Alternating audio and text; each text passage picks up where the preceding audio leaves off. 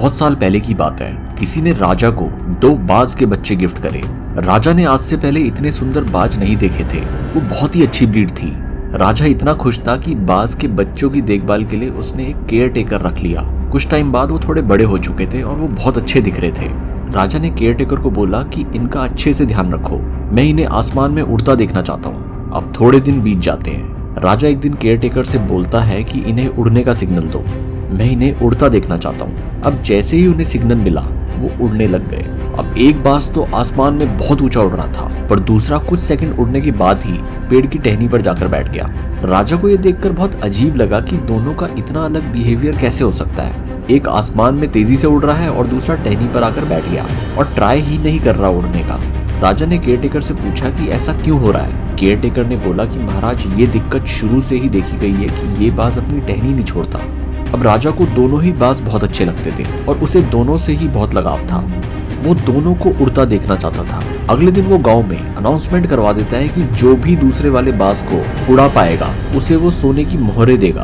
अब ये बात सुनकर बड़े बड़े विद्वान इंटेलिजेंट लोग वहां पहुंचते हैं और अपनी नॉलेज अप्लाई करते हैं, पर कोई भी उस बाज को उड़ा नहीं पाता। हफ्ते बीतते जा रहे थे, पर इस बाज में उड़ने का कोई इम्प्रूवमेंट नहीं दिख रहा था। वो थोड़ा सा उड़ता और अपनी टहनी पर जाकर बैठ जाता। अब राजा की उम्मीदें भी धीरे धीरे खत्म हो रही थी। वो दुखी था। अब एक दिन राजा देखता है कि ये दोनों बाज आसमान में बहुत ऊंचा उड़ रहे हैं। राजा देखकर खुश हो जाता है, पर खुशी के साथ वो बहुत हैरान भी था कि ऐसा हुआ कैसे।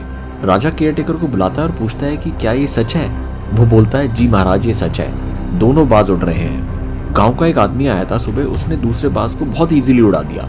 राजा बहुत हैरान था। उसने बोला कि मैं इस आदमी से मिलना चाहता हूँ। अगले दिन उस आदमी को महल में बुलाया जाता है। वो आदमी खुश था कि उसे सोने की मोहरें मिलेंगी जो कि राजा ने प्रॉमिस किया था। जब राजा की उससे बात हुई तो पता चला कि ये एक अनपढ़ किसान है। राजा ने उससे मोहरें दी और बोला कि मैं तुमसे बहुत खुश हूँ, पर ये बताओ ये तुमने करा कैसे जो बड़े बड़े विद्वान लोग नहीं कर पाए।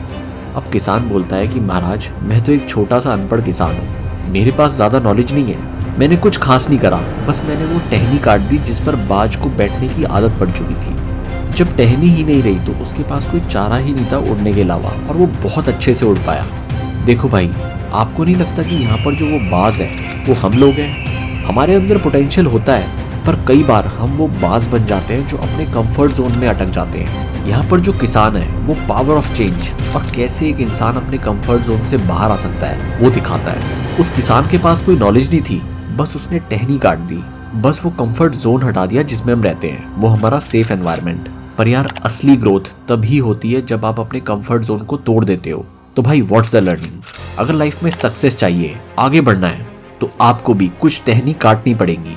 और टहनी है वो आपकी पुरानी आदतें, आपके फियर्स, सेल्फ डाउट, आपके नेगेटिव सोचने के पैटर्न्स। आपको बोल्ड स्टेप लेना होगा, हटानी होंगी वो सब चीजें जो तुम्हें रोक रही हैं। एक बार अपने कंफर्ट जोन को तोड़ के तो देखो भाई, एंडलेस पॉसिबिलिटी खड़ी है तुम्हारे सामने। कई बार एक छोटा सा चेंज आपकी लाइफस्टाइल में एक बड़ा ट्रांसफॉर्मेशन ला सकता है। तो भाई, अगर ये वीडियो अच्छी लगी हो तो लाइक करना, शेयर करना उस इंसान से जो अपने कंफर्ट जोन में रह रहा है, and do subscribe. Thank you.